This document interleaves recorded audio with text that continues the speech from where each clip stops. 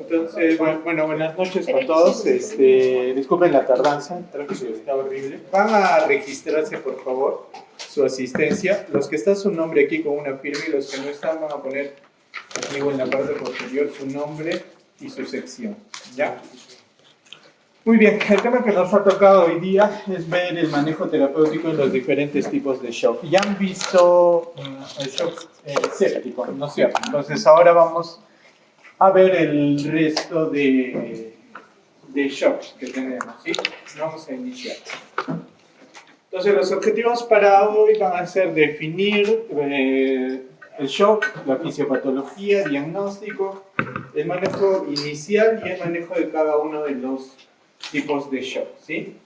Pero primero vamos a ver un caso clínico. No sé si logran ver al fondo. Miren, tenemos un paciente varón de 45 años que acude de emergencia por disnea súbita, mareo y síncope breve. Ya se desmaya por unos breves minutos. No tiene sangrados evidentes. Al examen clínico los signos vitales están 85-50, con una frecuencia cardíaca de 125, una frecuencia respiratoria de 32, satura 86 y temperatura 37.7.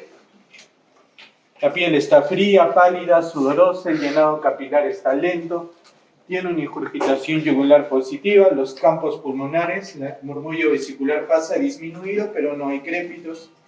Hay un leve edema bilateral algo mayor en miembro inferior derecho. En cuanto a sus laboratorios, el lactato resultó elevado, la hemoglobina normal y el dímero D elevado, ¿sí? Entonces piensen en qué diagnósticos diferenciales podríamos plantear. ¿Cuál sería su plan diagnóstico? O sea, ¿qué examen le podrían pedir al paciente y qué tratamiento le indicaría? ¿Sí? Terminando la clase vamos a ver con lo que podemos aprender ahora, ¿sí? Ahora, ¿qué es un shock? Shock es la insuficiencia circulatoria, ¿sí? Es una insuficiencia circulatoria, o sea, la sangre no llega bien a los tejidos, lo cual genera un desbalance entre el suministro y la demanda, ¿sí? La demanda metabólica del cuerpo, el cuerpo necesita nutrientes, necesita oxígeno, necesita combustible para funcionar, ¿sí? Y pues, por alguna razón, ese combustible no llega, lo cual provoca un desbalance entre el suministro y la demanda, ¿no? Ahora, lo que provoca, pues, varias cosas que más adelante vamos a ver. Pero en global, esto nos va a llevar a una hipoperfusión, o sea, que los tejidos no estén perfundidos. Y esta mala perfusión en los tejidos me va a dar los signos clínicos característicos de la enfermedad, que son múltiples y que los vamos a ver más adelante, ¿sí? Esto en general para todos los tipos de shock. Ahora, nosotros tenemos 4 tipos de shock, más los principales, ¿sí? Vamos a tener el hipovolémico. Entonces, en el hipovolémico, ¿qué ocurre? En el hipovolémico, ¿dónde está el desbalance? ¿No es cierto? Tenemos un sistema circulatorio que se encarga de llevar sangre a los tejidos, ¿no? Entonces, la primera causa es que no hay suficiente cantidad de sangre. No hay sangre. Entonces, al no haber la suficiente cantidad de sangre, pues no va a llegar a los tejidos, no va a llegar a perfundir los tejidos. Entonces, eso es un shock hipovolémico, un adecuado volumen circulante. Y esto puede deberse a que yo no tenga la suficiente cantidad de sangre porque o la perdí en un trauma, por ejemplo, en un traumatismo abdominal cerrado, ¿sí? Me impacta un carro, se me revienta el hígado, empiezo a sangrar, no hay volumen, shock, ¿sí? O, por ejemplo, en una pérdida masiva de volumen, como puede suceder, por ejemplo, en un niño con una enfermedad diarreica aguda severa, ¿sí?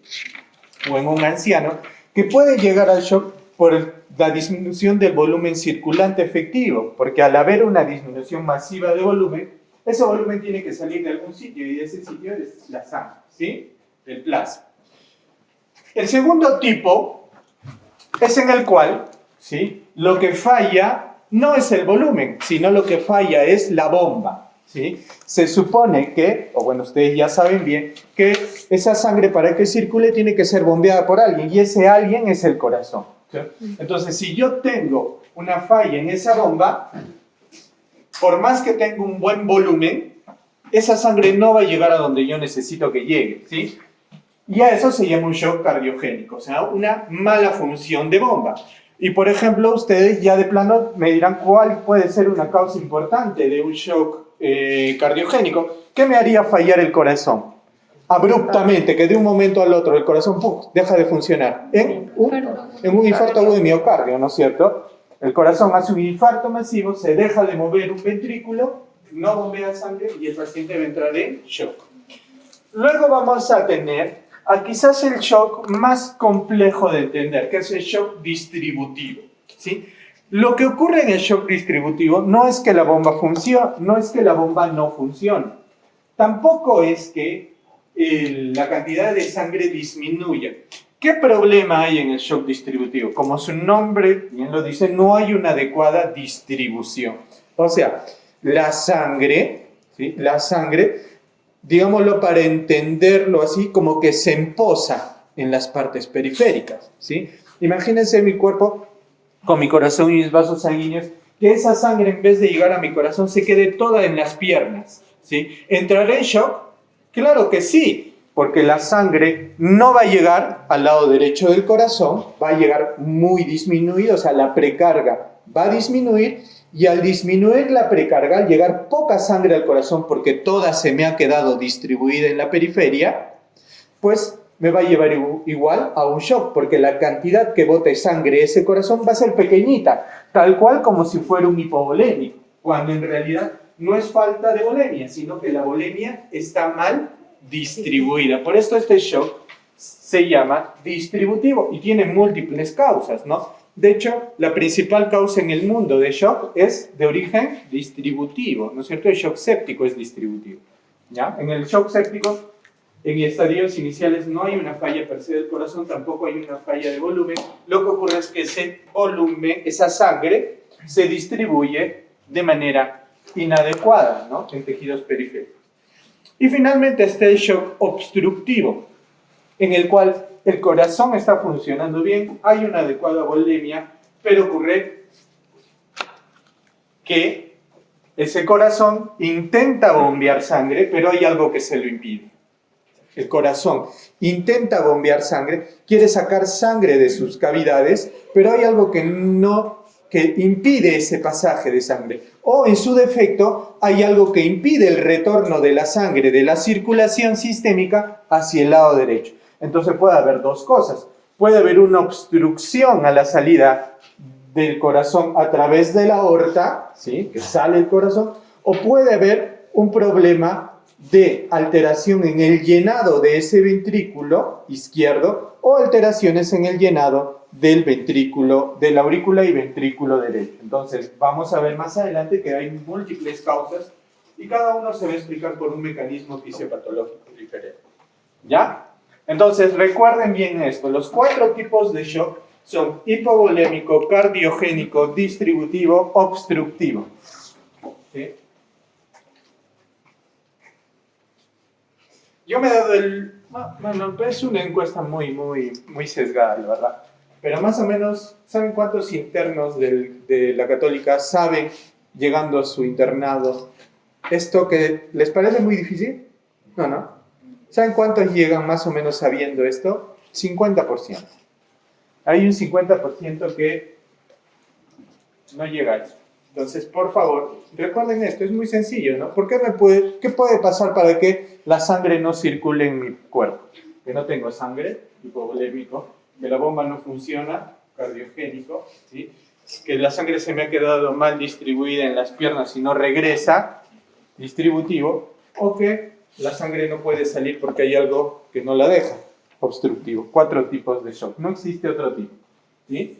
Ahora vamos a ir a explicar detalladamente cada uno de ellos, pero antes de pasar eso, vean la magnitud de la epidemiología del shock, ¿sí? El distributivo séptico representa el 62% de los tipos de shock. Entonces, con la clase que han aprendido la semana pasada, ya prácticamente tienen el 62% de shock asegurado.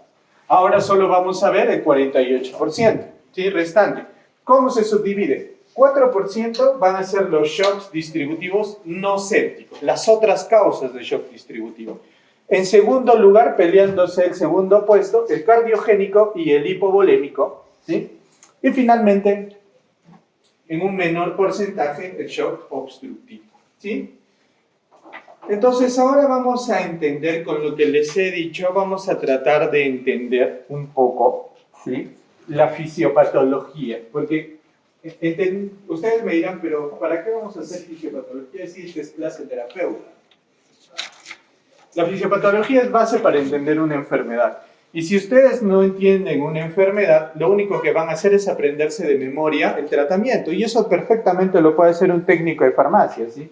¿Alguna vez ustedes han ido a Incapar, estas farmacias? ¿Los atiende un médico?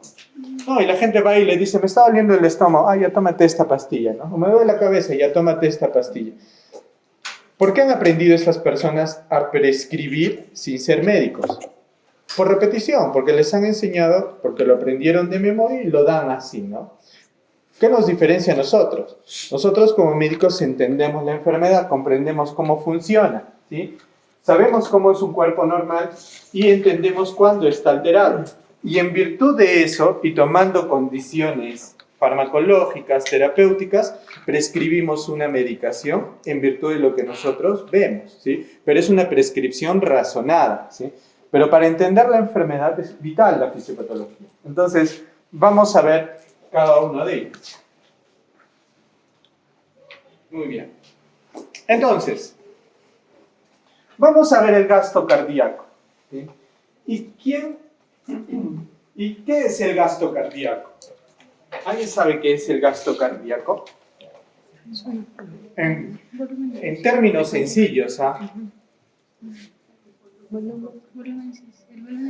Es cuánto sale de sangre por el corazón, ¿sí? ¿Cuánto sale de sangre? Si sale mucho, es harto gasto cardíaco. Si sale poco, es poco gasto cardíaco, ¿sí? Entonces, entendemos qué pasa, ya sabemos cada uno de los 4 tipos de shock y vamos a ver cómo se refleja el gasto cardíaco. ¿Qué dijimos que es el gasto cardíaco? La cantidad de sangre que sale del corazón en cada latido. ¿Es importante? Sí. Para yo mantener una buena perfusión, ¿tengo que tener un buen gasto cardíaco o un mal gasto cardíaco? Un buen gasto cardíaco, ¿sí? Y ya no vamos a ahondar mucho en fisiología, pero ustedes recordarán que el gasto cardíaco es igual a volumen sistólico por la frecuencia cardíaca, ¿no es cierto? Entonces ya vamos viendo ahí. Volumen sistólico es difícil de calcular, por si acaso, ¿sí? No tiene nada que ver con la presión arterial, ¿ah? Doctor, ¿por qué ninguno de estos mecanismos fisiopatológicos menciona la presión arterial? ¿Por qué? Porque esto es algo que quiero que no se saquen de la cabeza. La presión arterial es un valor que trata de representar de una manera estática. Me refiero, hay 2 formas de representar el estado funcional de una persona, de una manera dinámica. Por ejemplo, ¿qué sería, para que me entiendan, una manera dinámica? ¿Han visto alguna vez ustedes un monitor de línea arterial? Es una, cuando han rotado en UCI alguna vez ya, un monitor, ¿han visto un monitor? ¿Sí? El monitor bota en estado continuo, por ejemplo, un electrocardiograma, ¿sí? Eso es una monitorización continua, estás viéndolo durante el tiempo. ¿Y un electrocardiograma qué será? Una monitorización fija, porque te está representando el estado, ¿sí?, el estado eléctrico del corazón en un determinado periodo de tiempo, ¿sí? Entonces, la presión arterial es una representación fija de un determinado momento de cómo está funcionando la bomba, ¿sí? Pero está sujeta la presión arterial no necesariamente por el volumen sistólico. En la presión arterial interviene la distensibilidad de la aorta, que es muy importante, las resistencias vasculares periféricas, ¿sí?, entre otras. De modo que, lo que quería que quede claro en ustedes, ¿podrá existir un shock con presión arterial normal? O sea, ¿podrá existir un shock que tenga presión arterial 90-60? ¿Podrá existir o es imposible? Sí se puede. Sí puede existir un shock con 90-60. Doctor, pero eso es imposible. Va contra todo precepto médico. Imagínense que yo soy hipertenso, mal controlado, ¿sí? Y mi presión arterial habitual, y yo vivo así, mi vida, ¿sí? 160/100. ¿Qué quiere decir? Que mi cuerpo funciona con 160/100. Si ustedes me bajan, o la presión arterial me baja a 90/60, mis vasos sanguíneos y mi corazón no están acostumbrados a esa presión tan baja. Por tanto, si con 160/100 alcanzaba para que la sangre llegue a la punta de mi dedo gordo, con 90/60 esa sangre no va a llegar. Y si no llega la sangre a la punta de mi dedo gordo, ¿cómo se llama el diagnóstico? Shock. Estoy en shock, porque ya hay partes de mi cuerpo que están utilizando una respiración anaeróbica para tratar de conseguir energía, ¿sí? O netamente se está quedando hipóxico. Entonces, a la pregunta es, ¿existirá un shock con presión arterial normal? ¿Cuál sería la respuesta? Sí. ¿Es raro? Muy raro, pero ¿puede existir? Sí, y ténganlo muy presente, ¿sí? Cuando evalúen a un paciente. Ojo, no todo 90/60 o 100/60, pues si tú vas a ver un paciente pálido, sudoroso frío, taquicárdico, con frecuencia respiratoria alta, saturación baja, no orina y está 90/60, jamás en la vida se te va a ocurrir decir, este paciente está normal, no, este paciente está chocado. Y si encima tiene un lactato alto, o sea, el lactato, ¿qué te representa? ¿Qué tanto el organismo no está usando el oxígeno para respirar? Ojo, el lactato A, porque hay lactato A, lactato B, lactato C y lactato de tarea para la casa, ¿ya? Pero en general el lactato aumenta cuando el cuerpo no está obteniendo energía del oxígeno, ¿sí? Entonces, es un parámetro de shock, ¿sí? Ahora, cambio la pregunta. ¿Podrá haber un paciente, como en el caso clínico, que tiene 80/50 de presión arterial y no estar en shock? ¿Podrá existir un caso en el cual yo tenga 80/50 de presión arterial, pero no estar en shock? Claro que sí, claro que sí. Hay ciertas condiciones fisiológicas y condiciones patológicas que van a hacer que la presión arterial baje. Condición fisiológica, ¿sí?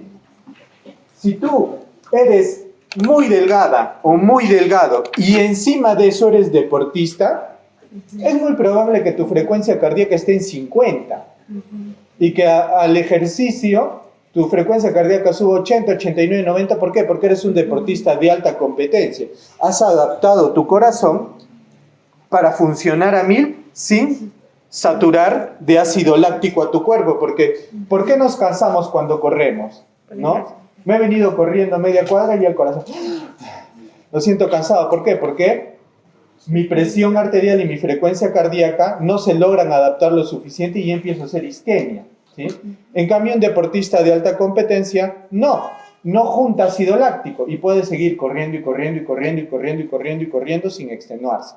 Ese paciente, ¿cuánta presión tendrá? Probablemente 80/40 puede llegar y está como si nada, ¿sí? ¿Por qué? Porque ha hecho adaptaciones fisiológicas a su organismo para soportar cargas altas de ejercicio. Pero también hay condiciones patológicas que me van a llevar a mí, ¿sí?, a tener presión arterial baja. Una de ellas, por ejemplo, es la cirrosis hepática. En la cirrosis hepática, ¿qué ocurre? A consecuencia de la estenosis que ocurre en los sinusoides hepáticos, hay un aumento de producción de ácido nítrico, de óxido nítrico. El óxido nítrico, como ustedes bien saben, ese es el vasodilatador por excelencia.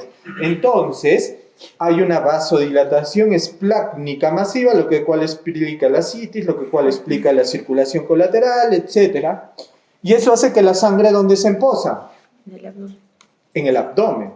Y llega poco flujo al corazón y el paciente Y también, a consecuencia de esa vasodilatación, recuerden que les dije que la presión arterial mucho depende de la resistencia vascular periférica. ¿Qué quiere decir, doctor? No entiendo por qué rayos la presión arterial tiene que ver con la resistencia vascular periférica.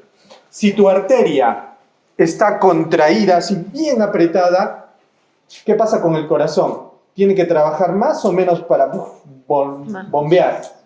Tiene que trabajar menos y eso hace aumentar la presión.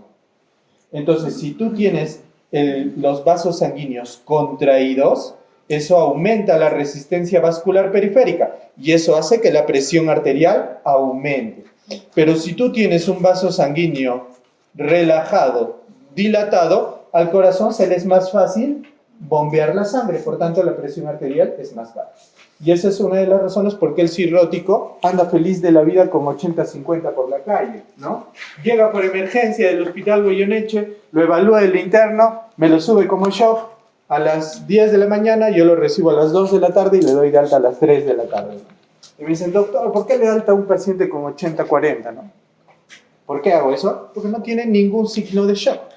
El paciente puede vivir con sus 80-40, ¿no? Que se vaya a seguir tomando, ¿para qué lo retienes? ¿No? No tiene razón de ser. Entonces, vean que una mejor medida para representar todo esto es el gasto cardíaco. Entonces, ¿cómo estará el gasto cardíaco en un shock hipovolémico? Si me falta sangre, tengo poquita sangre, ¿saldrá la suficiente sangre del corazón? No. Por tanto, ¿cómo va a estar mi gasto cardíaco? Disminuido. En el shock cardiogénico, ¿cuál es el problema en el cardiogénico? ¿Qué está fallando? La bomba. Si tu bomba falla, ¿saldrá sangre? No. ¿Cómo va a estar el gasto cardíaco? Muy bajo. Shock obstructivo, ¿qué es lo que pasa? No sale, no deja salir la sangre. ¿Cómo estará el gasto cardíaco si no puede salir la sangre? Va a estar muy bajo, bajísimo. ¿Sí? Ahora, ¿qué ocurre en el shock distributivo? En el shock distributivo depende del diagnóstico. ¿Sí? En el séptico y en el anafiláctico, en las primeras etapas del shock séptico y el anafiláctico, ¿qué ocurre? Eso ya lo han visto en la clase pasada. Inicialmente, en las primeras fases del shock séptico, el cuerpo empieza a trabajar a 1000. ¿Qué aumenta en el shock séptico en primera instancia? ¿Qué le pasa al corazón en el shock séptico al inicio? Empieza, el corazón empieza a latir mucho. ¿Cómo se calcula el gasto cardíaco? Frecuencia cardíaca por volumen sistólico. Si aumenta la frecuencia cardíaca, ¿aumentará el volumen sistólico? Sí. Por tanto, en estadios iniciales sépticos, ¿alguna vez alguien le ha dado una anafilaxia o una alergia? ¿Sí? Bueno, a mí sí. El corazón te empieza a latir muy fuerte y te empiezas a poner rojo. Y si no te ponen adrenalina, te empiezas a poner pálido y te desmayas. Así funciona un shock anafiláctico, una anafilaxia. ¿Sí? Entonces, ya les estoy dando un tip. ¿Cómo sé que un paciente está en shock inicial y no en shock tardío? Por la frecuencia cardíaca y por el ¿Cómo lo vas a ver? Rojito. ¿Cómo lo vas a sentir? ¿Lo vas a ver? Rojito. ¿Cómo lo vas a sentir? Caliente. Caliente. ¿Sí? Entonces, un paciente en estadios tempranos de un shock séptico y anafiláctico van a tener el gasto cardíaco alto. ¿Por qué? Porque la bomba empieza a latir más. Pero luego ya no basta con eso. ¿Por qué? Porque el volumen sistólico cae mucho y por mucho que suba la frecuencia cardíaca, el volumen sistólico cae y termina cayendo todo. Por eso que tardíamente todo se va al piso. ¿Sí? En cambio, en el shock neurogénico, chicos, en el shock neurogénico, no hay esa fase inicial de que tú te empiezas a activar, ¿no? ¿Qué pasa? Estás en tu CERU, ¿sí? Estás en tu año de CERU, y bueno, la mayoría de ustedes, con los que se vayan acá a la zona de la sierra, van a montar caballo o burro, ¿ya? Más seguro burro que caballo, ¿ya? Tú estás montando tu burrito para ir a hacer una visita domiciliaria, te caes, ¿sí? Te lesionas, te seccionas C4, ¿y qué pasa? Aparte que ya nunca más vas a caminar, ¿no? ¿Qué pasa? ¿Quién da el tono ¿Quién permite que haya una tonicidad en los vasos sanguíneos? El sistema simpático. Si te secciono C4, ya no tienes sistema simpático. ¿Qué va a pasar? De pronto, vas a empezar a vasodilatar full. Te pones pálido, te chocas. ¿Por qué? Porque toda la sangre se queda en tu cuerpo distribuida. Mal distribuida, ¿por qué? Porque por la sección medular, tus vasos sanguíneos perdieron tono vascular. Y al perder tono vascular, ¿cómo estará ese gasto cardíaco? ¿Llegará sangre al corazón para bombear? No, porque toda la sangre, ¿dónde está? Emposada en tu cuerpo, ¿no? Entonces, por tanto, en el shock neurogénico, en el cual el origen del shock neurogénico es una alteración en la tonicidad de los vasos, ¿sí? Es por esa razón que cuando tú te emocionas, se contraen todos tus vasos, ¿no? Y cuando estás relajado, se expanden tus vasos. Por eso es que si yo los estreso, ¿sí? ¿No? Por ejemplo, eso puede hacer un estudio de ustedes de investigación para su tesis del próximo año. Tómenles la presión arterial a los internos antes, durante y después de una visita médica. Entonces van a ver cómo hace un pico, así, se les sube la presión unos 20-30 milímetros de mercurio durante, y cuando termina, regresan a su presión normal, ¿no? ¿Por qué? Porque hay una contracción muy fuerte y luego se relaja, pero ya al bloquearse ese sistema, pues ya todo está relajado, ¿no? Y el problema es que no va a haber presión. Ahora, hablemos de precarga. ¿A qué se llama precarga? ¿Qué entendemos precarga? La precarga primero se mide. ¿Cómo se mide? O sea, vamos a hablar de términos fisiológicos puros y duros. Con la presión en cuña de la arteria pulmonar, ¿sí? Se mide con la presión en cuña de la arteria pulmonar. Es la precarga. ¿Pero qué quiere decir, doctor, precarga? Quiere decir cuánta sangre está llegando al corazón para ser bombeada. Vuelvo a repetir, ¿qué es precarga? Es cuánta sangre está llegando al corazón para ser bombeada. Ojo, estoy haciendo términos muy coloquiales para hacerme entender. No quiero hacer nada técnico porque si no se me van a perder. Tenemos 2 horas, no vamos a llegar, ¿ya? Entonces, la precarga es cuánto. Entonces, por tanto, la poscarga, ¿qué será? ¿Cuánta sangre sale del ¿Cuánto está corazón? saliendo, más o menos, no? O cuánto es la fuerza con la que me voy a enfrentar a la salida. Entonces, la precarga la voy a medir con la presión en cuña de la arteria pulmonar. Entonces, ¿cómo estará en el shock hipovolémico? Si me estoy desangrando, ¿sí? Por la pierna, ¿llegará sangre a mi pulmón? ¿Llegará sangre? No, ¿de dónde? No hay, ¿no? Por tanto, ¿cómo va a ser la precarga? Baja, ¿sí? La sangre está baja. Ahora, ¿cómo estará en el shock séptico? En estadios iniciales obviamente va a estar normal o inclusive alto. ¿Por qué? Porque el corazón ha empezado a latir a 1000 y la sangre llega más a esa zona, ¿sí? En el neurogénico va a estar bajo la precarga. Y ahora en el anafiláctico, ¿por qué habitualmente no tiene una buena precarga? Porque luego de ese estadio inicial de que el paciente se pone rojo y hace taquicardia, luego hay una vasoconstricción tan fuerte a todo nivel, incluyendo a nivel pulmonar, que toda la sangre se queda ahí. La sangre se queda metida en el pulmón y no pasa a la aurícula izquierda, se queda toda la sangre contenida, ¿no? Por eso algunos pacientes con anafilaxia pueden hacer hacen síntomas pulmonares, ¿sí? Hacen sibilancias. ¿Por qué? Porque la histamina se empieza a liberar en el pulmón. ¿Por qué? Porque ese pulmón se llena de sangre. Y al estar toda la sangre metida dentro del pulmón, la aurícula izquierda está ahí mirando arriba, ¿no? Esperando a qué hora llega, ¿no? La sangre. ¿Y por qué no llega? Porque todo está contenida dentro del pulmón. Por eso en el anafiláctico va a tener una precarga baja. Ahora, en el shock cardiogénico, ¿cómo va a estar la precarga? Ahí el problema es el bombeo, pero la sangre va a seguir llegando. De hecho, hasta lo va a distender al corazón, ¿no? Porque la sangre va a estar ahí en el ventrículo derecho diciendo, ya pues, ¿hasta qué hora, no? Entonces la precarga va a estar aumentada. ¿Por qué? Porque hay harta sangre esperando ¿qué? Ser bombeada, ¿no? Entonces la sangre llega al ventrículo, al lado derecho del corazón y se queda prácticamente ahí esperando algún día que el corazón vuelva a bombear y bote un poquito, ¿sí? Entonces en el cardiogénico va a estar alto. En el obstructivo no me va a ayudar mucho la precarga. ¿Por qué? Porque más que nada va a depender mucho del diagnóstico. Sí, va a depender mucho del diagnóstico. Por ejemplo, doctor, ya nos vamos a adelantar un poquito para que me entiendan la lógica nada más, ¿ya? Por ejemplo, las dos causas más posibles de un shock obstructivo son el tromboembolismo pulmonar masivo y el taponamiento cardíaco, ¿sí? En el taponamiento cardíaco se llena de agua y el corazón está apachurradito, bien apachurradito. Por tanto, al estar súper apachurradito, ¿qué ocurre?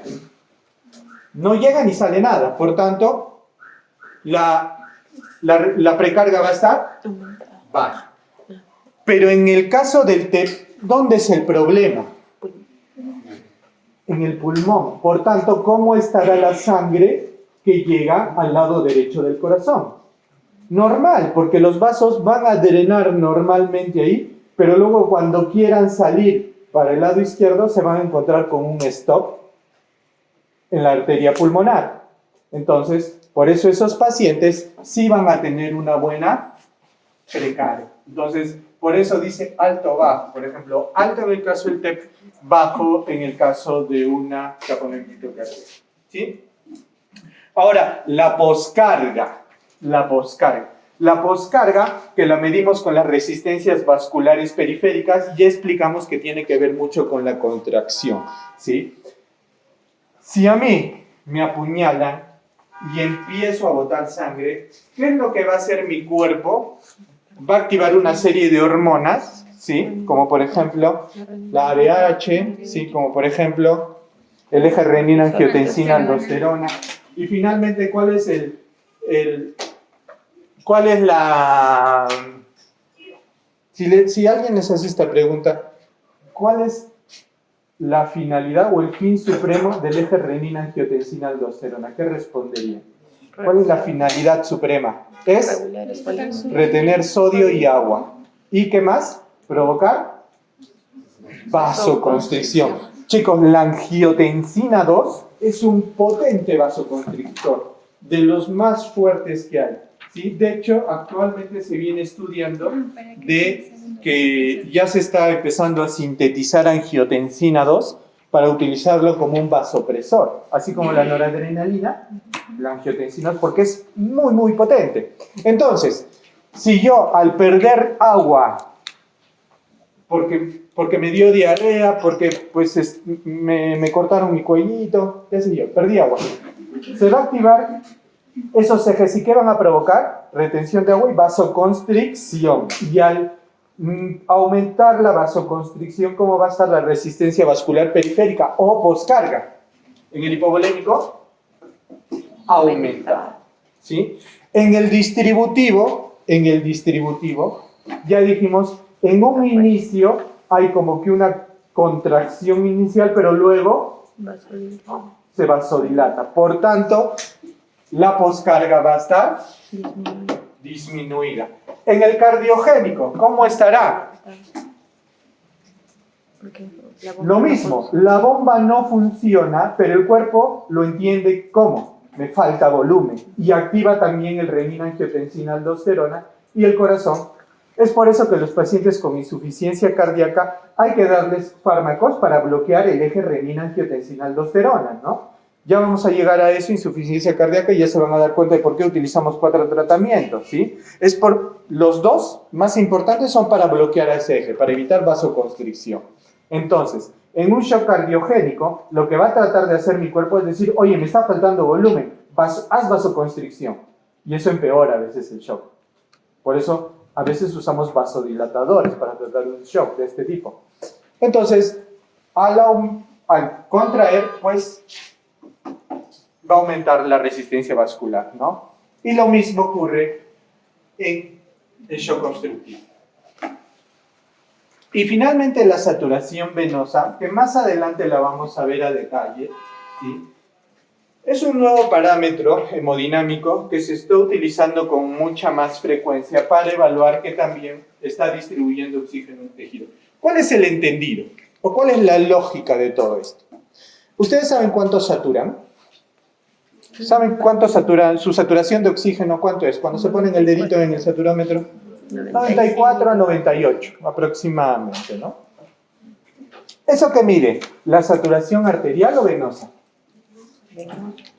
¿Qué saturación mide el saturómetro?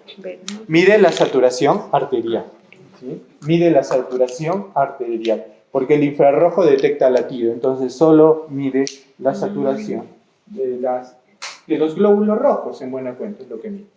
Ahora, yo tengo una pregunta, a ver, para algunos de ustedes si se acuerdan de sus clases de primer, segundo año. ¿Cuántas moléculas de oxígeno lleva la hemoglobina? ¿Y cuántas hemoglobinas lleva un glóbulo rojo?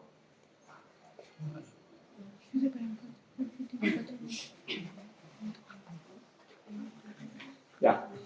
Ahora, otra pregunta. ¿Su sangre arterial de dónde sale? ¿Del lado izquierdo o derecho? ¿Llega a su cuerpo para qué? ¿Y saben ustedes, esa hemoglobina, cuántos oxígenos entrega durante su viaje? ¿Los 4? No es mucho, ¿no? Más o menos es entre 1 en promedio, máximo 2. Varía. ¿Eso qué quiere decir? ¿Que la sangre venosa tiene oxígeno? ¿La sangre venosa tiene oxígeno? Claro que sí, tiene harto oxígeno, ¿sí? Más o menos, ¿sí? Entre 70 y 80% es la saturación. ¿Eso qué quiere decir? Que si yo, por ejemplo, tengo 95 de saturación, ¿cuánto consume mi cuerpo de oxígeno? 15% aproximadamente. O sea, de todo el oxígeno que yo lo distribuyo, el oxígeno solo puede consumir el 15%, nada más. ¿Sí? ¿Se acuerdan de la curva de disociación de la hemoglobina? Sí, en fisio. ¿Sí? Y que uno decía, ¿para qué rayos tengo que aprender esta porquería, ¿no? Derecha, izquierda. Es importantísimo porque ¿qué representa esa fórmula? ¿Qué tan tóxica es la hemoglobina? Si es muy tóxica, se agarra de sus oxígenos y no los deja, pero para nada, ¿no? Más de ubicación les dice a los oxígenos, en línea, por favor, ¿ya? Entonces no los suelta el oxígeno.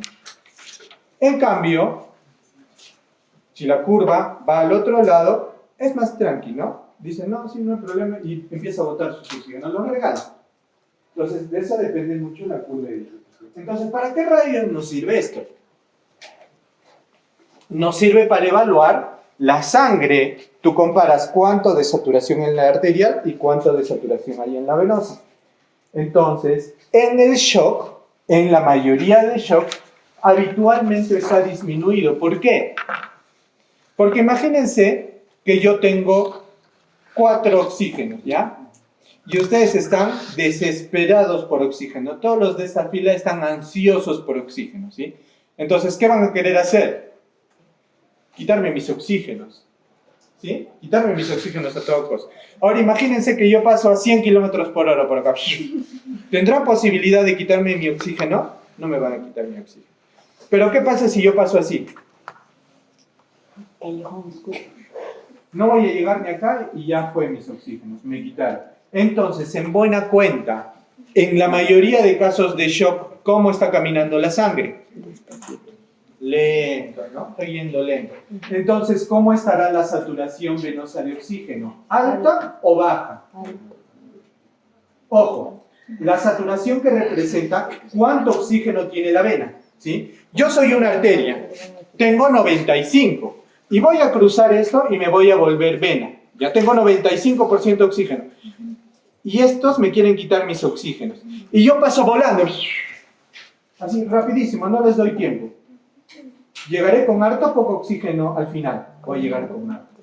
Pero si paso así, caminando despacito, pasito, pasito, ¿con cuánto llegaré allá? Poco. poquito. Entonces, en todos los casos de shock, ¿cómo estará la saturación venosa? Disminuida. Va a estar baja en el hipovolémico, va a estar baja en el cardiogénico y va a estar baja en el distributivo. ¿En cuál es el, perdón, en el obstructivo? ¿En cuál será el único en que puede estar alta? En los distributivos. ¿Y por qué, chicos? Por dos razones. Primero, en el shock séptico, eso ya lo deben saber, ¿eh? Primero, en el shock séptico, ¿qué pasa? Inicialmente, ¿qué pasa? Yo estoy pasando rapidísimo. Entonces, doctor, debería estar esa saturación alta. ¿Sí? ¿Se entiende, no? En el shock séptico dijimos que en un inicio hay... lata mucho. Entonces yo paso... Mi saturación, ¿cómo va a estar? Alta, perfecto, tiene sentido. Pero en el shock tardío, cuando ya fracasó todo y empiezo a pasar lento, ¿por qué? Sigue alta la saturación y no se baja, no se iguala a las demás. ¿Por qué no se baja la saturación? ¿Sí? Curva de disociación de hemoglobina.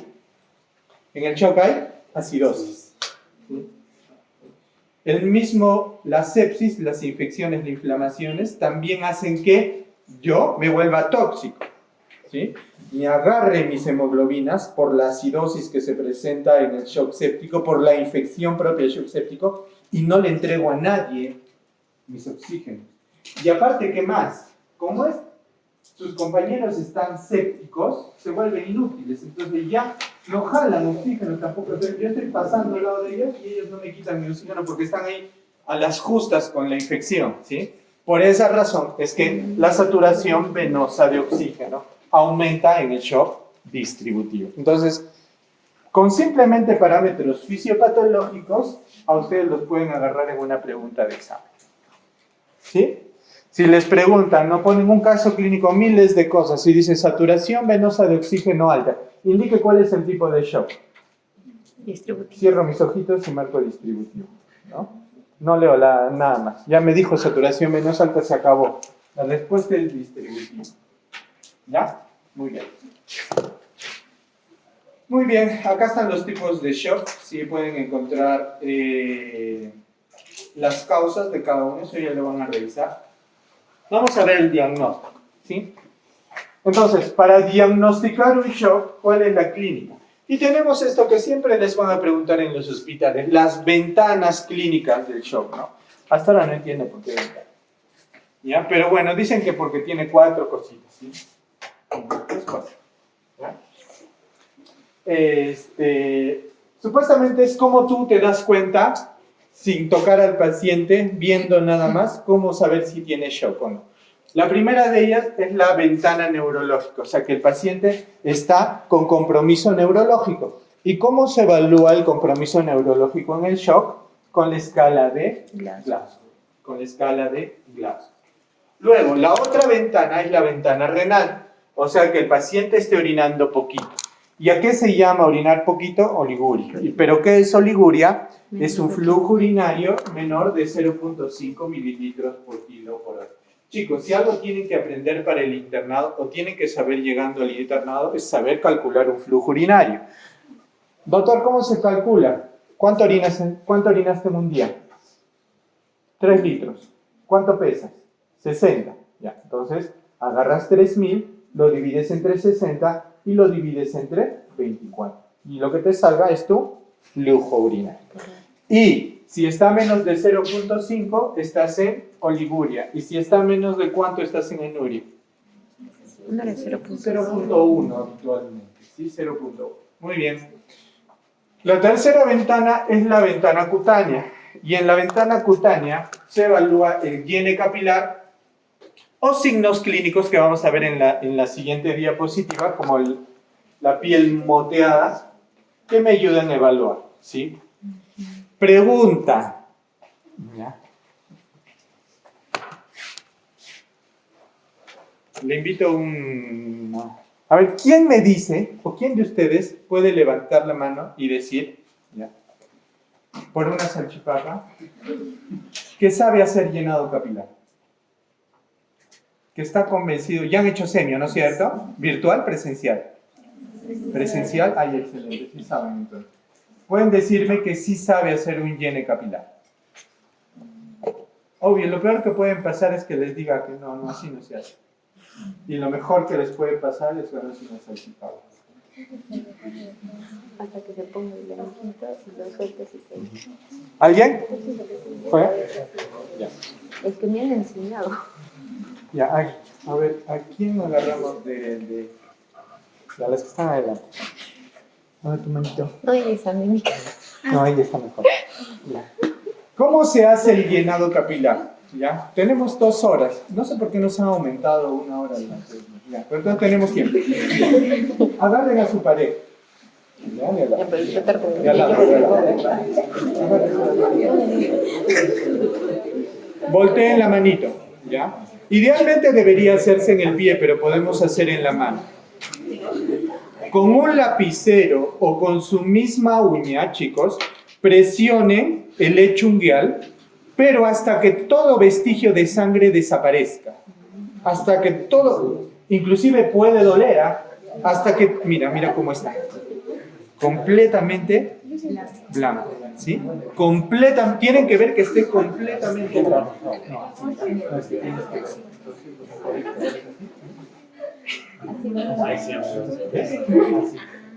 ¿Sí? ¿Puede? Sí, tú tienes que ser como Ay, me sale mejor que tú. Pero mira, se mira el blanquito.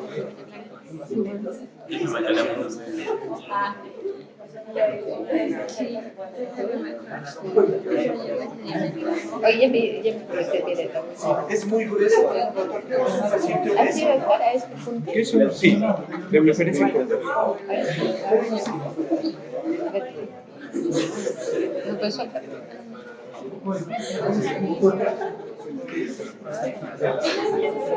Muy bien, han visto que se pone pálido, ¿sí? Yo veo. Se pone pálido, ¿verdad? Está sin ¿Lo sangre, presto? sin flujo sanguíneo. Lo presto. Ustedes mismos se pueden hacer. Ya. Tienen que contar 10 segundos. Entonces presiona y cuenta. Primero que esté bien blanco, sin nada de sangre. Una vez que ya esté así, cuenta. 1, 2, 3, 4, 5, 6, 7, 8, 9, 10. Sueltan y cuentan cuántos segundos tarda en llenarse nuevamente todo el lecho capilar. Eso es el verdadero llene capilar. ¿Sí? En mi hospital a los internos, ¿cómo los voy haciendo? ¿No, señor? A ver, tu manito. 1 segundo. Apretan su llena menos de 2 segundos. No está en shock. No. Tienen que esté completamente pálido y esperar 10 segundos en esa posición. ¿Sí? Utilicen los dos dedos, sus 2 dedos gordos, ¿sí? De su manito para presionar, porque a veces es muy duro, sobre todo cuando tienen las uñas grandes, o si no se pueden apoyar de una red o de un lapicero rígido. Muy bien. Y el llenado capilar es súper importante. Pero aparte no son los únicos signos y síntomas. ¿Qué tenemos también? La disminución de presión arterial. Pero como ya les dije, no siempre una disminución de presión arterial me va a dar shock. La taquicardia también, el pulso filiforme, la piel húmeda y fría, la respiración rápida y superficial, sed y boca seca y la piel moteada. Si la piel moteada es lo que vamos a ver a continuación. Así se ve una piel moteada. ¿Sí? Siempre revisen rodillas. ¿Sí? El mejor sitio para ver este tipo en estadios iniciales se manifiesta en rodillas. ¿Sí? Si ya ves en el tórax, ¿sí? Señal de la cruz nomás, se te va a ir ese paciente probablemente. ¿Sí? Pero en piernas puedes todavía, estás a tiempo. Y luego tiene una medida que se está utilizando cada vez más, sobre todo por su practicidad, su facilidad de uso, y no necesita monitoreo invasivo, que es el índice de shock, o el shock index. ¿Sí? El shock index es la frecuencia cardíaca entre la presión arterial sistólica. Entonces tú ves cuánto tiene de frecuencia cardíaca tu paciente y lo divides entre la presión arterial sistólica. Recuerda, frecuencia cardíaca entre presión arterial sistólica. ¿Sí? Entonces, según mi reloj, ahorita yo tengo, por ejemplo, 76 de frecuencia cardíaca y 120 de presión arterial sistólica. ¿no? Entonces calculo mi índice de shock, 76 entre 120 y me sale 0.6. Excelente, estoy bien. ¿Ya? Lo normal es entre 0.5 y 0.7. ¿Sí? Vean aquí. Si está el resultado entre 0.8 y 0.9, es intermedio. Posiblemente esté en shock. Ve otros parámetros que te ayuden a ver shock. Pero si tu índice de shock está mayor o igual a 1, ya está en shock. Tu paciente ya está en shock. Y es un predictor de hiperlactatemia y de mortalidad. ¿Qué quiere decir? Que mientras más alto esté este índice, es peor el pronóstico. ¿Sí? Y luego tenemos, está investigando, pero el índice de shock modificado, en el cual es la frecuencia cardíaca en la presión arterial, entre la presión arterial media. Pero no tiene tanto estudios como el índice de shock, que es el que más estamos utilizando actualmente. ¿Sí? Muy bien. Campbell, en su libro del Trauma Life Support, indica que con 4 de estos 6 criterios también podemos detectar shock. Es otra forma de diagnosticarlo, ¿sí? ¿Qué te dice Campbell? Si tu paciente tiene alteración del estado mental o luce enfermo, si está taquicárdico, si está con frecuencia respiratoria más de 20 o presión de CO2 en AGA menos de 32, o el lactato está más de 4, o tiene un déficit de bases mayor a menos 4, o tiene una hipotensión que dure más de 20 minutos. Si tiene 4 como mínimo de estos, puedes catalogarlo como shock. ¿Sí? Es otra forma. Muy bien, vamos a empezar ya a lo que nos compete propiamente en la parte terapéutica, ¿sí? Entonces, como todo en emergencia, ¿cómo se trata? Con el A, B, C, D, E. ¿Sí? Chicos, como todo en emergencia, ¿qué es lo primero que tenemos que hacer? El A, B, C, D. Cuando un paciente esté en riesgo su vida, siempre lo primero es vía aérea, ver la respiración, ver la circulación, ver la parte neurológica, el disability, y la parte de ver el medio que no sea peligroso para el paciente, ¿no? Esto en el contexto extrahospitalario. Muy bien, entonces vamos a ver en este cuadro, esta imagen que está sacada de es un algoritmo diferencial, ¿sí? Vamos a ver cada uno de los síntomas que se van a ver por afectación de vía aérea, por alteración de respiración, por alteración de circulación, por problemas neurológicos y de exposición, ¿sí? Cada uno de los síntomas. Entonces es importante que también lo revisemos, ¿sí? Por ejemplo, en la vía aérea, ¿qué vamos a ver? Obstrucción de vía aérea, respiración desbalanceada, habla baja, el paciente no puede hablar, ¿sí? O cianosis, eso me va a indicar una afectación de vía aérea, ¿sí? Luego, ¿qué más? De acuerdo al tipo de shock, el algoritmo de este artículo, ¿qué nos propone? Nos dice que yo evalúe dos cosas primero.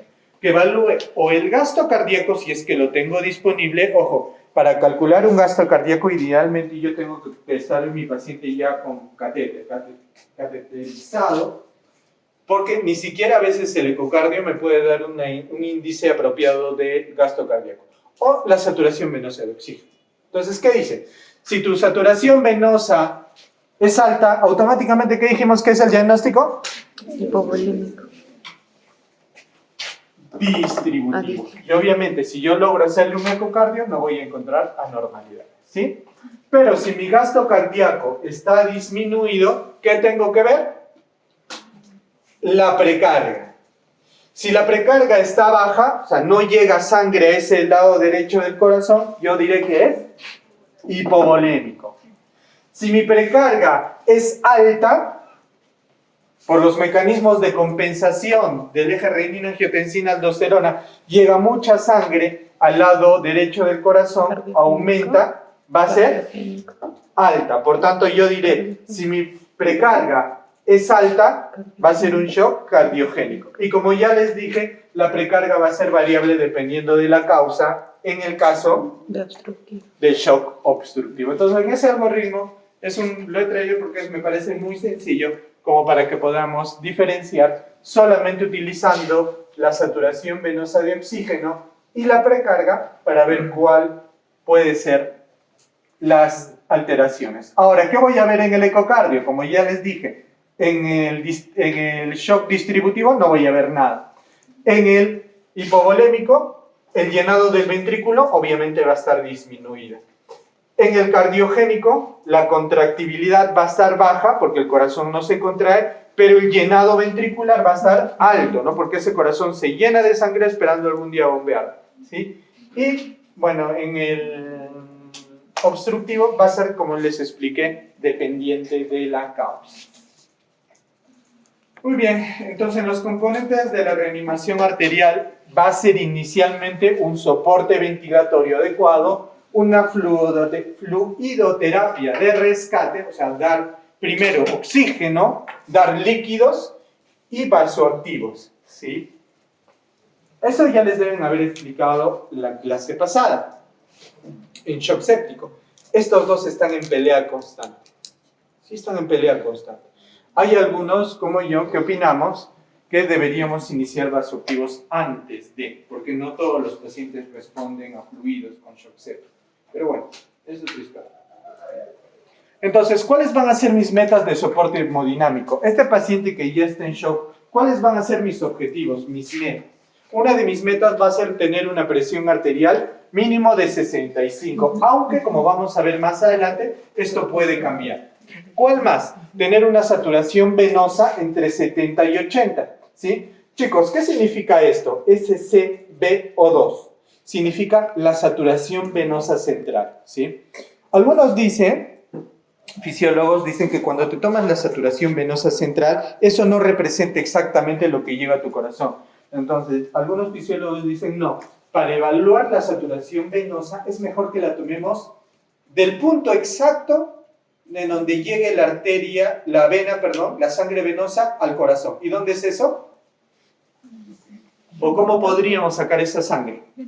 Si yo quisiera sacar una sangre directamente, ¿qué le tendría que colocar a un paciente? Un catéter venoso central, ¿no? Entonces, por eso dice C, porque es la saturación venosa central. C de central, o sea, con catéter central en 70, ¿sí? Y el lactato tiene que reducir por lo menos un 20% dentro de las 2 primeras horas de tratamiento, ¿no? Entonces, si mi lactato está en 10, a las 2 horas tiene que estar en 8, ¿sí? Si está en 5, en 4 y así. Muy bien. Esto ya lo he hablado un poco, es sobre lo que les dije, ¿no? De la saturación venosa de oxígeno, para entender cuándo va a estar alta o cuándo va a estar baja, ¿no? Como les dije, va a estar alta cuando el cuerpo no puede consumir oxígeno, ¿no? La curva de disociación. En hipertermia, cuando hay analgesia, ¿sí? Y cuándo va a estar disminuida, ¿no? Por ejemplo, en estrés, cuando el gasto cardíaco está bajo, etc. Entonces, eso va para que lo complementen con lo que hemos hablado ahora. Muy bien. Este es un artículo, está sacado de JAMA, si no me equivoco, en el cual nos hace un resumen de cuáles son mis endpoints, o sea, mis objetivos de la resucitación. O sea, ¿qué tengo que yo monitorizar en un paciente en shock, ¿no? Entonces, vamos a tener la frecuencia cardíaca,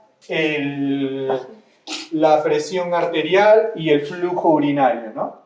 Te pone cuál es su mecanismo, cómo lo mides, ¿sí? Cuáles son sus limitaciones y si es posible de que te evalúe hipervolemia. ¿Por qué? Porque muchas veces, con la finalidad de yo tratar el shock, puedo provocar un daño, que es provocar hipervolemia. A veces nos excedemos en líquido. Eso es muy frecuente en shock séptico, ¿no? Doctor, ¿pero qué si estoy hinchadito un poquito? No, la hipervolemia está asociada a fracaso renal temprano en el paciente con shock séptico. Entonces, no hay que darle mucho volumen, ¿sí?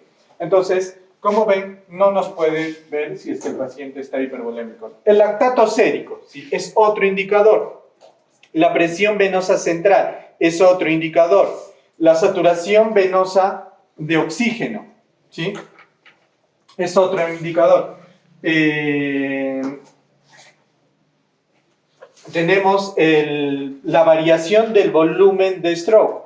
Esta variación de volumen de stroke es cómo cambia el gasto cardíaco con la inhalación y la exhalación. Entonces, tú mides el gasto cardíaco en inhalación y el gasto cardíaco en exhalación, ¿sí? Esa también es una forma de evaluar el shock. Y finalmente con la ecocardiografía, ¿sí? Con la ecocardiografía. Muy bien, ahora sí vamos a pasar a lo que corresponde de tratamiento. Y ahí tenemos, les he hecho un resumen, ¿sí? Para que lo podamos revisar ya más adelante, porque esta es teoría pura y dura, no hay mucho que les vaya a explicar yo. Son los diferentes vasopresores, ¿sí? Tenemos la noradrenalina, la vasopresina, la dopamina, la epinefrina, la fenilefrina, el isoproterenol, la dobutamina, la milrinona y el levosimendan. Aquí están el 85% de vasopresores. Y yo diría de los que van a utilizar ustedes el próximo año en sus hospitales, el 100%, ¿sí? Salvo que alguno de ustedes se vaya a ser internado a Europa. Pero si se quedan en Sudamérica ya tienen el 100%. ¿Y qué significa este cuadrito, ya? Les he dejado esto. ¿Qué significa este cuadrito? ¿Ya? Por ejemplo, la noradrenalina, ¿sí? Les estoy dejando cómo es su presentación. O sea, viene 4 miligramos en 4 mililitros. ¿Y cómo se diluye? Habitualmente diluimos 2 ampollas, aunque puede ser 4, pero habitualmente iniciamos con 2, o sea, 8 miligramos en 100 mililitros de DX. ¿Qué quiere decir DX? Dextrosa. Se tiene que diluir la noradrenalina en dextrosa idealmente. La vasopresina, también le estoy dejando 20 unidades por mililitro, ¿ya? ¿Cómo se diluye? 100 unidades, o sea, 5 ampollas. ¿En cuánto? En 100 mililitros de dextrosa o suero fisiológico. Ya eso no lo van a encontrar en ningún sitio, de repente no. Pero bueno, es lo que utilizamos en los hospitales. De hecho, el resumen ahí, ¿ya? Para que lo entiendan y ahí lo tienen para que lo repasen para su examen, ¿sí? No se preocupen, la clase se las voy a pasar. No se esfuercen en tomar fotos ni anotar. Se lo va a pasar a la delegada, ¿ya? Vamos a hablar de shock hipovolémico. Sí, vamos a hablar de shock hipovolémico. ¿Ya se cansaron? Ya sí. Ya, shock hipovolémico. En el shock hipovolémico hay algo que, lo primero que tenemos que saber para dar un tratamiento en el shock hipovolémico es qué tan hipovolémico está mi paciente, ¿sí? Y para eso hay clases. Hay la clase 1, la clase 2, la clase 3 y la clase 4. Por favor, apréndanse esto. ¿Ya? Por algo les estoy pidiendo, por favor. Apréndanse esto, ¿sí? Entonces, cuando es clase 1, ¿cuánto ha perdido de volumen?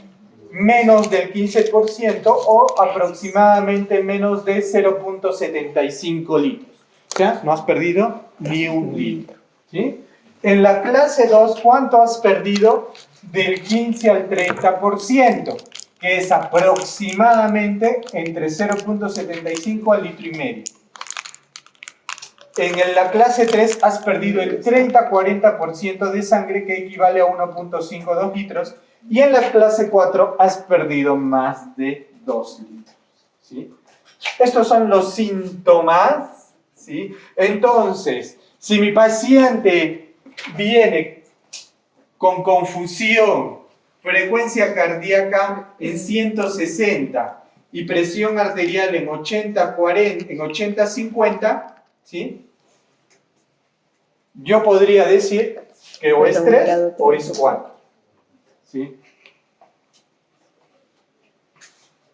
Pero si mi paciente refiere que ha perdido sangre, pero su frecuencia cardíaca, ¿sí? Está en 98 y su presión arterial está normal, ¿qué diré que es? Clase 1. ¿Y cuál es el tratamiento para la clase 1? Mínimo, le puedes reponer con sales de rehidratación oral. ¿Sí? Agüita. Clase 1 no es una pérdida considerable, agua. ¿Sí? Agua, sales de rehidratación. Clase 2, ya le tengo que dar fluidos. Ya le tengo que dar fluidos por vía endovenosa, ¿sí? En el tipo 2. En el tipo 3, ya tengo que darle fluidos y aparte tengo que darle glóbulos rojos, paquetes de concentrados de glóbulos rojos. O, si no hay concentrado de glóbulos rojos, como en la mayoría de nuestros hospitales, un paquete globular, ¿no? Y ya para el grado 4 tengo que hacer medidas agresivas, o sea, transfusiones urgentes, a veces sin compatibilizar, ¿ya? Sangre total, a veces la misma sangre que le está saliendo al paciente por la juntas y se la vuelves a colocar, o sea, medidas agresivas, ¿sí? Autotransfusión se llama eso, ¿ya? Es en el grado 4. Recuerden, por favor, ¿cuál es la misión que tienen que ustedes desarrollar ahí? Primero, saber cuánto es el volumen para catalogar en cada caso. Segundo, ¿cuáles son los síntomas que a mí me pueden orientar por un grado leve o un grado severo? Y tercero, saber que en el grado 1 es simplemente líquidos por vía oral, en el grado 2 líquidos por vía endovenosa, en el grado 3 ya va a venir concentrados de glóbulos rojos o sangre, o paquetes globulares, perdón, y en el grado 4 ya medidas agresivas. Ese paciente obviamente ya tendrá que estar probablemente intubado, ¿sí? Con cateterismo y demás. Muy bien. Cuando yo voy a dar líquidos de manera agresiva, por ejemplo en el tipo 2, ¿a qué llamo líquidos de manera agresiva? Dar de 1 a 2 litros de suero salino en 10 minutos. De 1 a 2 litros de suero salino en 10 minutos o 20 mililitros por kilo en los niños, ¿sí? Si el shock persiste, puedo dar paquetes globulares con finalidad de mantener valores de hemoglobina mayor a 10, ¿sí? Paquetes globulares para mantener la hemoglobina mayor a 10, ¿sí? Este es un estudio que se hizo en el 2011 que encontró que pacientes que tenían shock hemorrágico, ¿sí? Ya sea por heridas penetrantes de tipo torácico o abdominal, se podía manejar una PAN objetivo de 60. Doctor, ¿pero por qué lo menciona? ¿O qué tiene de interesante esto? Que todos los shocks, incluyendo el séptico, chicos, casi en todos, el PAN estándar, ¿cuánto es? 65. El PAN estándar es 65. ¿Sí? Pero este estudio, y se está haciendo cada vez más, que en casos de shock hemorrágico manejemos PANs de 60. Le bajamos un poquito, ¿sí? Un metaanálisis en el 2014 de Cochrane indicó que no hay evidencias en contra de uso temprano y de altos volúmenes en el shock hemorrágico, ¿sí? Hay que dar vasopresores si no mejora con fluidos, pero las guías no recomiendan alguno por encima de otro, ¿sí? No dicen este es mejor para shock hemorrágico, no. Dicen cualquiera. Esto es importante, la elevación pasiva de piernas. ¿Por qué es importante? Porque me va a dar, digamos, me va a dar una idea si de verdad el líquido le va a hacer bien al paciente o ya mejor inicio de una vez aminas, ¿sí? ¿Y en qué consiste? Tú le elevas las piernas 45 grados por un minuto, ¿sí? Eso va a equivaler a como que le estuvieras pasando 300 mililitros en polvo. Entonces va a incrementar el retorno y la precarga. Y si hay más de 10% de aumento en el gasto cardíaco después de un minuto con las piernas elevadas, ese paciente va a responder bien a volumen. Pero si tú le levantas las piernas a tu paciente 45 grados por un minuto y aumenta menos del 10% el gasto cardíaco, ¿qué te está diciendo esta medida con una sensibilidad de 76 a 98 y una especificidad de 63 a 90? Te está diciendo, ojo, este paciente no te va a responder a volumen, mejor es que le inicies vasopresores, ¿sí? Vasopresores, la elevación pasiva de piernas, se evalúa la respuesta a volumen. Muy bien, pasemos con el shock cardiogénico, ¿sí? Con el shock cardiogénico. En el shock cardiogénico, ¿cuáles son las causas? Básicamente un daño en el músculo cardíaco, producido sobre todo por un infarto, aunque ciertas arritmias también pueden provocar esto, algunas cardiomiopatías, la miocarditis, la insuficiencia cardíaca congestiva, y problemas específicos en válvulas cardíacas, ¿Ya está la lista de asistencia? ¿Ya se anotaron? Se quedó ya, no, todavía no pasó por acá. ¿Sí? Por acá no pasó. Sí. Esa sí ya está. Esa es la que falta. Ah, ¿la tanto, sí? Ahí está. Muy bien. Entonces, ¿Cómo se clasifica al shock cardiogénico? ¿Se acuerdan que en el shock hipovolímico dijimos clase 1, clase 2, clase 3, clase 4? Ya. En el shock cardiogénico hay clase A, B, C, D y E. A es en riesgo, o sea, no tiene todavía shock, ¿sí? B es inicial, C es el shock cardiogénico clásico, D el paciente ya está deteriorado o grave y en el E es un shock cardiogénico extremo, ¿sí? Igual, en este cuadro, ¿sí?, está cuáles son los signos clínicos sugestivos de cada una de las fases, está cuáles van a ser los marcadores iniciales. Mucho ojo con el lactato mayor a 2 solamente se va a ver a partir del estadio C. En el A y en el B no va a servir, pero ojo, en el B aparece el ProBNP, el péptido natriurético cerebral, ¿sí? ¿Y qué me mide el péptido natriurético cerebral? ¿Saben? ¿Saben qué mide el ProBNP? Yo podría tener ahorita un ProBNP alto. Ahorita no, porque estoy que me muero de sed, necesito agua, ¿ya? Pero sí, la distensión del miocardio, exactamente. Eso mide qué tanto se distiende el miocardio. Si tengo mucho volumen, mi miocardio se va a distender. ¿Y qué dijimos que pasa en el shock cardiogénico? Ese corazón se sigue llenando y nunca sale la sangre. Por tanto, se distiende mucho. Por tanto, el ProBNP va a subir, sin que sea una falla cardíaca, ¿sí? ¿Qué más? Las medidas hemodinámicas que van a encontrar a cada uno de ellos, ¿sí? Entonces, para que lo revisemos, orientémonos en cada uno, porque te podrían preguntar un caso clínico para identifiques en qué estadio está, ¿sí? En el shock cardiogénico el tratamiento pues va a depender de la causa. Si tengo un infarto, tengo que dar el tratamiento para un IMA, ¿no? Si estoy dentro del tiempo, le voy a hacer un PCI, ¿sí? Si no estoy dentro del tiempo, le haré una trombolisis, ¿sí? Ya, dependiendo de la causa, ¿sí? Se puede utilizar beta bloqueadores en signo de interrogación porque aún no está del todo, digamos, aprobado para reducir la demanda de oxígeno miocárdico, ¿sí? ¿De qué va esto? En un shock cardiogénico lo que no funciona es la bomba. Y si tú tienes una bomba que no funciona, el corazón necesita oxígeno para bombear. Necesita oxígeno el corazón para... O sea, las fibras miocárdicas necesitan oxígeno, también necesitan oxígeno. Entonces, si estamos a las justas con oxígeno, ¿nos conviene que el corazón lata más, lata menos? Si tienes un corazón a las justas, te conviene que trabaje menos, ¿no? Entonces, en ese entendido, algunos artículos sugieren utilizar beta bloqueadores. Sin embargo, hay otros que han visto que no se mejora la sobrevida. ¿Sí?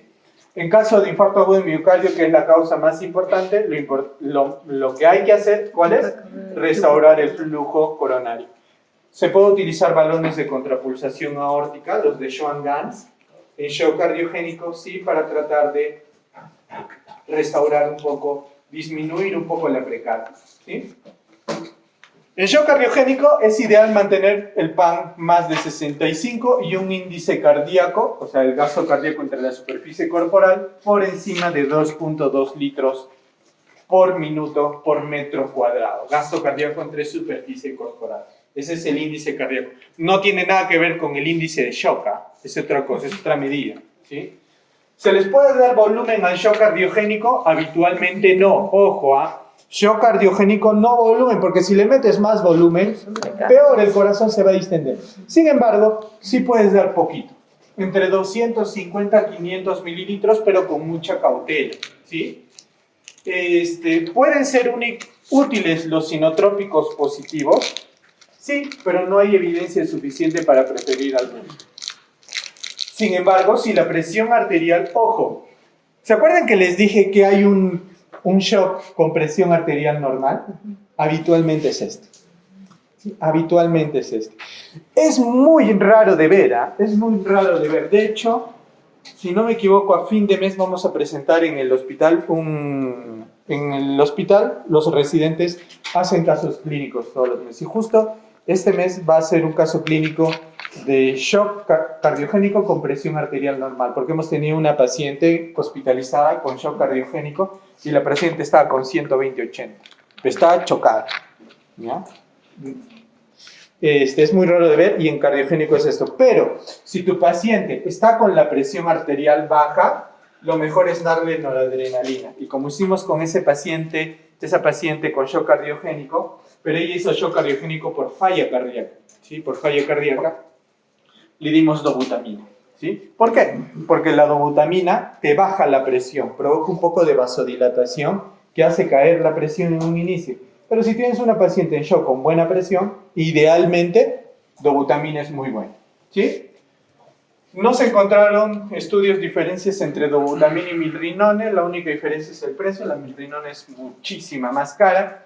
Y la milrinone puede ser útil en pacientes con disfunción ventricular derecha significativa, o sea, cuando está fallando el lado derecho del corazón, lo cual es un poquito raro, de acuerdo a este estudio que se hizo en el 2011, ¿sí?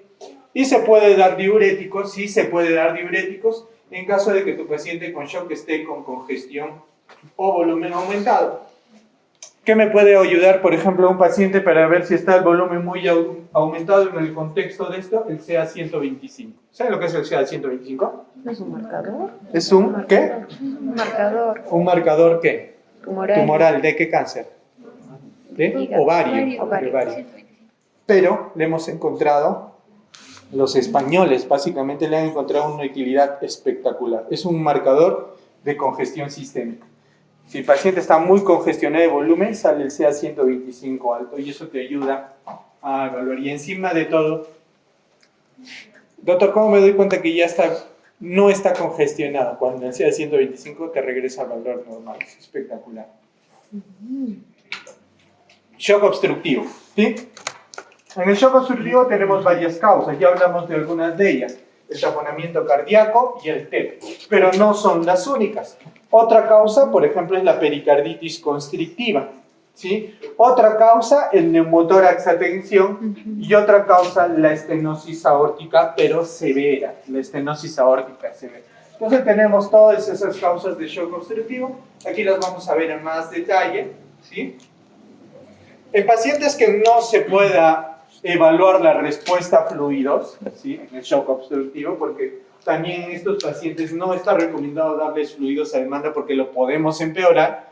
Se recomienda dar un bolo de 100 a 200 mililitros de cristaloides y ver si la presión sube con ello.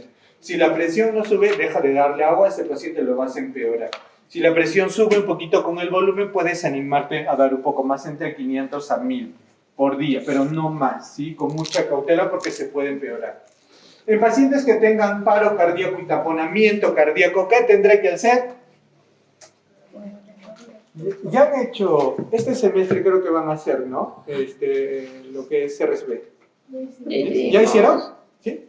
¿Ya les han explicado las H's y las T's? El manejo de las ya. Una de las T's es el taponamiento cardíaco. ¿Qué quiere decir? Que si tú tienes un tú tienes un paro cardíaco por una de las T, que es el taponamiento, ¿sí? Si estás haciendo tu 1, 2, 3, jamás va a salir, se va a morir, ¿sí? 100% de que se va a morir. ¿Qué tienes que hacer? Sacarle el agua, ¿sí? Sacarle el agua, hacerle punzar el corazón, ¿sí? Si no sabes cómo, bien, agarras una agujita, ubicas el esternón, lado izquierdo, cierras los ojos, encomiendas al Señor y a lo que sale, ¿no? Obviamente en un hospital lo haces ecobillado, ¿no es cierto? Pero si no sacas ese líquido, ese paciente no va a salir de shock, ¿sí? Y en caso de paro cardíaco y taponamiento, hay que hacer la toracotomía dentro de los primeros 15 minutos para garantizar sobrevida, ¿ya? En niños con coartación aórtica, que es otra causa de shock obstructivo, debe evitarse el cierre del ductus arterioso, ¿sí? Entonces, ¿qué tenemos que hacer? Infundirle prostaglandina E1, porque en lo que se le cierra el ductus, se nos fue el niño, ¿Sí? ¿Por qué? Porque al estar cerrada la aorta necesitamos este ductus para que la sangre salga por algún lado. ¿Ya?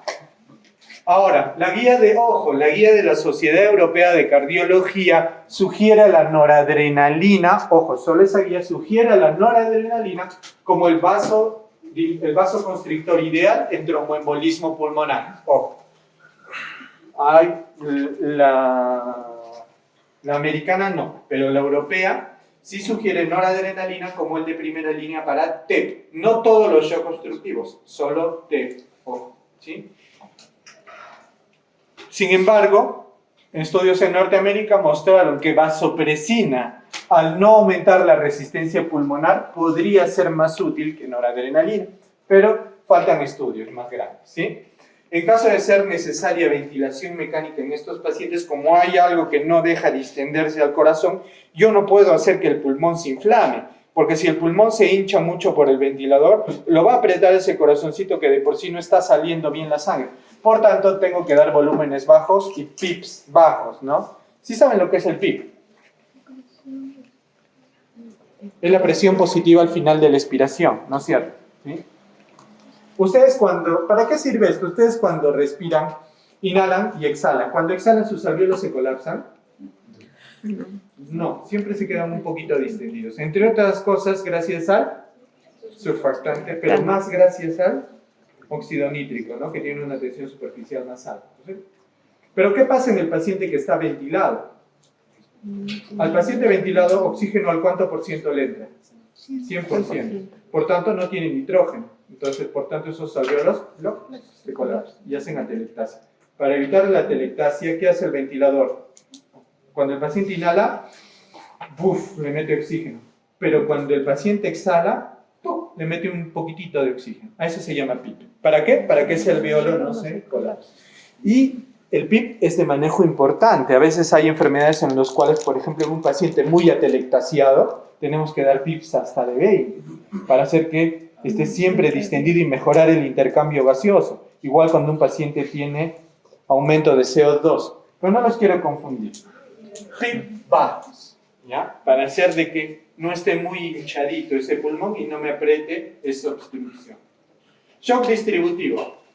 Ya vieron el más importante, que es el séptico, ¿sí? El anafiláctico es en segundo y más frecuente después del séptico. El neurogénico es un poquito más raro, ¿sí? Como ya hablamos, es secundario la pérdida del tono simpático. En el anafiláctico es por la permeabilidad capilar, por la estamina. Y en el endocrino, el shock endocrino, que es muy raro, puede darse por hipotiroidismo, pero también por lo contrario, la tirotoxicosis, por insuficiencia adrenal y por insuficiencia adrenal relativa. De acá, chicos, quiero tener que tengan algo. ¿En qué casos, doctor, se da insuficiencia adrenal? Lo voy a ver. En la época de COVID lo vimos muchísimo, ¿sí? Algunos pacientes se empezaron a tomar corticoides, ¿sí? Porque por ahí alguien les dijo que la dexametasona ayudaba al paciente con COVID. Entonces teníamos pacientes muchas veces que estaban con corticoides, ¿ya? Por los 2 años de la pandemia, ¿sí? Hasta que de pronto van al médico ya una vez terminada la pandemia y viene como un pollito, ¿no? Doctor, no sé qué me ha pasado, ¿no? Estoy gordo y mis patitas están flacas, mire, me ha salido la cara llena de granos, ¿no? Y justo les tocó un serumista, un médico recién egresado de pandemia, ¿sí? Que el internado es. ¿Qué hace? Le pregunta, ¿no? Autoque, ¿qué viene? Dice, esto es un síndrome de Cushing, fácil, lo he visto en foto, ¿no? ¿Y qué hace?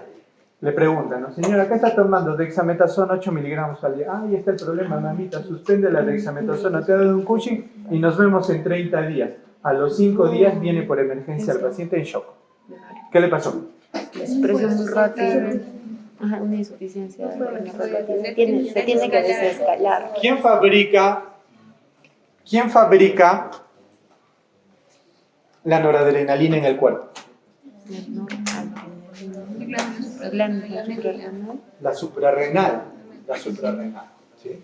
Entonces, cuando tú das corticoide, se atrofia la suprarrenal. Y al atrofiarse la suprarrenal, cuando tú le suspendes abruptamente el corticoide, se queda sin hormonas suprarrenales. Por tanto, el paciente se choca. Viene con hipercalemia, hiponatremia, shock y dolor abdominal. Son las características típicas, chicos, se las digo, porque el shock por insuficiencia, este es un estudio de Estados Unidos, el shock por insuficiencia suprarrenal, ¿saben cuántos falla diagnóstica tiene? O sea, mejor dicho, de 100 pacientes con shock suprarrenal, solamente 6 son diagnosticados. 94 se nos pasa. ¿Por qué? Porque no lo sospechamos, ¿no? Hemos encontrado varias veces, ¿no? Pacientes en UCI, pacientes chocados que están súper estabilizados, le meten antibióticos, todos los antibióticos, antifúngicos, antivirales, todo lo anti, ¿no? Y de pronto lo único que es que le faltaba corticoides, ¿no? Y todavía te dicen, no, pero te estoy dando hidrocortisona, sí, pero la hidrocortisona no tiene acción mineralocorticoide, no tiene tanta con dosis bajas, ¿no? Encima le estás dando 50 cada 6, dosis de shock, tienes que darle fluodocortisona, se soluciona ese problema. Entonces piensen en eso. Pero es muy raro, ¿eh? Muy raro. Pero ese raro está cambiando por el uso de corticoides. Hay muchas personas que se están automedicando con corticoides. Entonces, ¿cuál es el mensaje? Si les llega un Cushing, nunca suspendan el tratamiento. Hay que retirarlo de manera progresiva, ¿sí? Escalada. Muy bien, vamos a entrar al tratamiento de shock anafiláctico, ya para terminar. Obviamente, ¿qué vamos a tener que ver? El A, B, C, D y E, ¿sí? ¿Qué tenemos que hacer para dar el tratamiento? Vamos a ver aquí. ¿Cuál es el fármaco de elección? La adrenalina. Acá sí tiene un fármaco de primera línea. La adrenalina es el que vamos a utilizar. ¿Y cuánto voy a utilizar de la adrenalina? 0, media ampolla. La ampolla viene de 1 miligramo, voy a dar 0.5 miligramos. ¿Sí? 0.5 miligramos. ¿Bien? Por vía intramuscular. ¿Por qué músculo? Vasto lateral. ¿Por qué vasto lateral? ¿Y por qué no nalguita? Es el músculo más irrigado del cuerpo. Entonces necesitamos que rápidamente llegue la adrenalina a la circulación. Si lo pongo con glúteo, va a demorar. El glúteo es más para cuando yo quiero un medicamento que me dure más tiempo. Entonces, vasto lateral, media ampolla al paciente. ¿Sí? Eso es en adultos. En niños va a depender de la edad. ¿Sí? De 6 a 12, 0.3 mililitros, o sea, un tercio de ampolla. Y en niños menores de 6 años, 0.15 mililitros, o sea, 0.15 miligramos. Gracias. Tengo que darle volumen. ¿Cuánto le tengo que dar volumen? En el caso del adulto, de 500 a 1 litro, ¿sí? Un bolo en una hora, en 20 minutos. De 500 a 1 litro en 20 minutos. Y si es un niño, 20 mililitros por kilo. ¿Sí?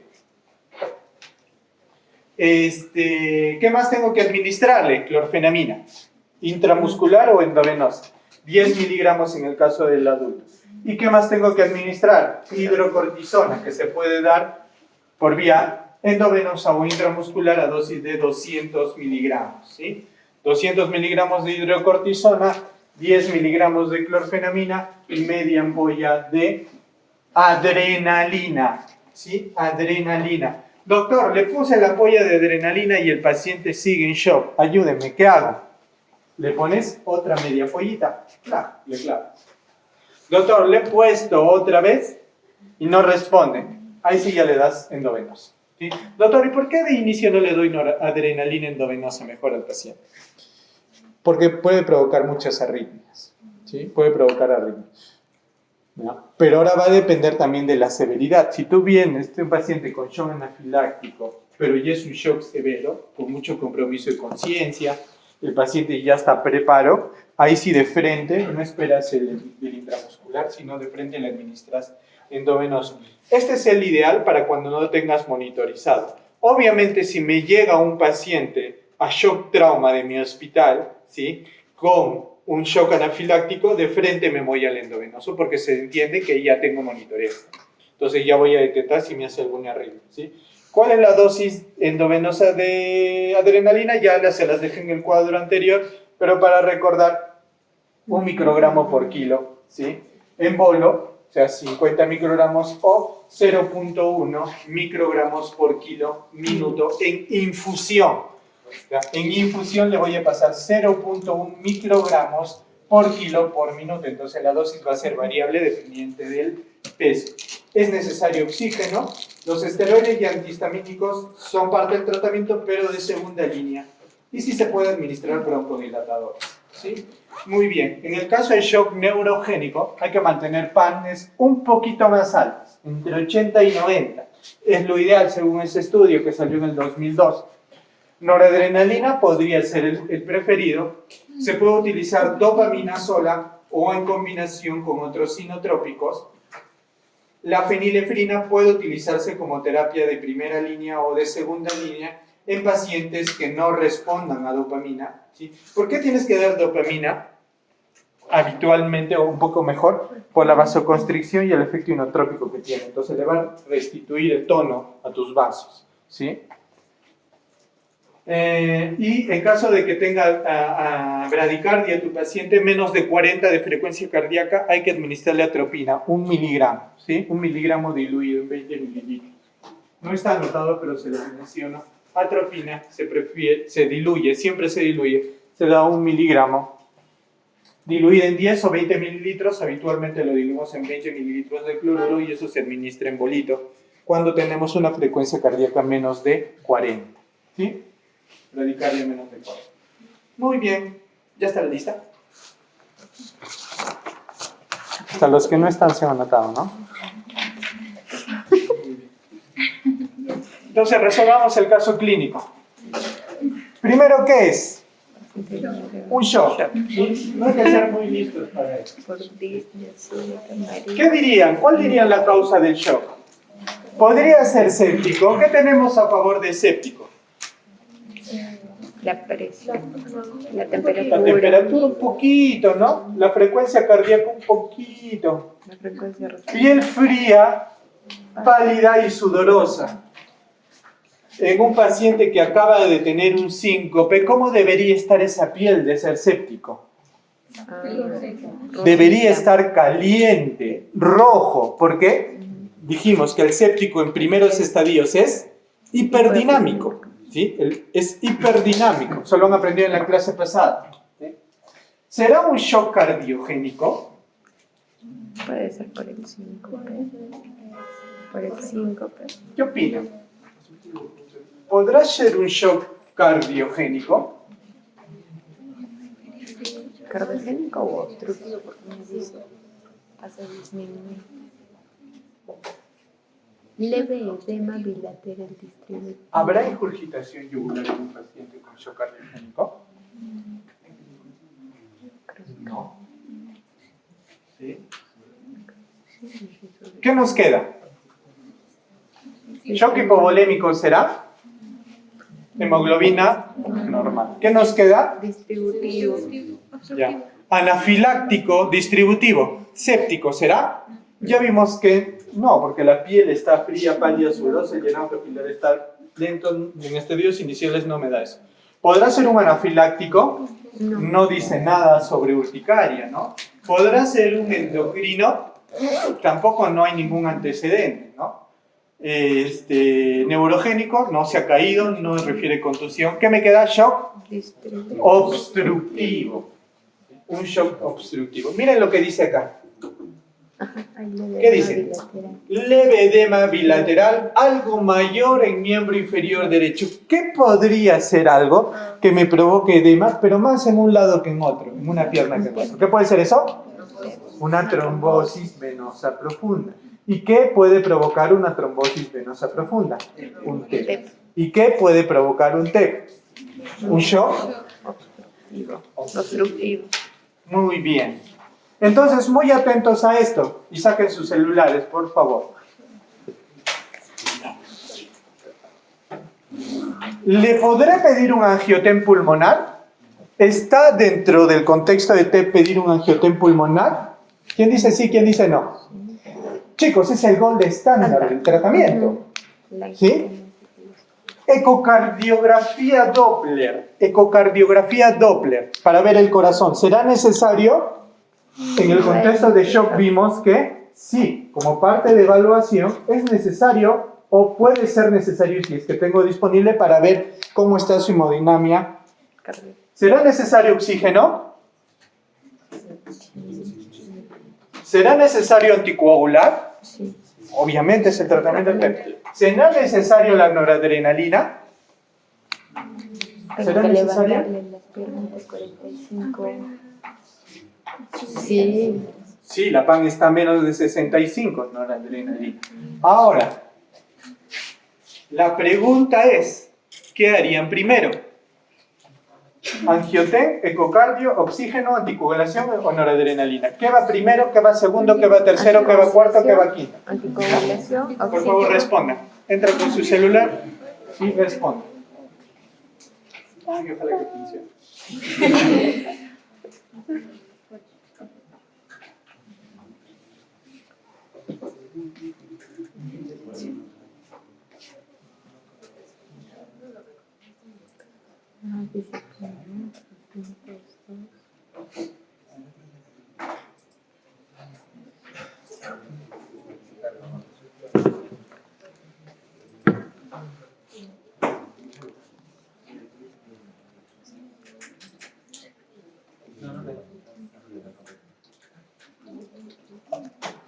Ah, no, no deja entrar.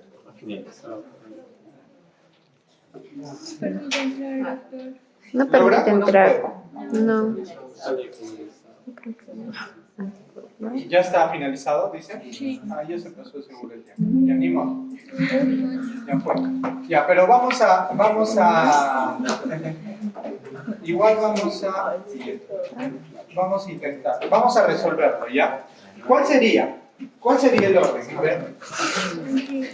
Anticoagulante. Levanten la mano los que creen que primero debería ser el angioten. Levanten la mano. ¿Quiénes creen que primero es el angioten? ¿Alguien? Muy bien, perfecto. No es angioten. ¿Quién creen que primero deberíamos hacer ecocardio? ¿Tú? ¿Sí? ¿No? Ah, ya. ¿Quién creen que levanten la mano, ¿quiénes creen que primero deberían darle oxígeno? Es lo más rápido primero, ¿no? También. Bajen la mano. ¿Quiénes creen que primero deberíamos anticoagular al paciente? 1, 2, 3. ¿Quiénes creen que primero deberíamos darle noradrenalina? 1, 2, 3, 4, 5, 6, 7. Ya. Los que no han levantado ninguna tienen un punto medio. Tengo memoria fotográfica. Los que han respondido la 3 es la correcta. ¿Por qué?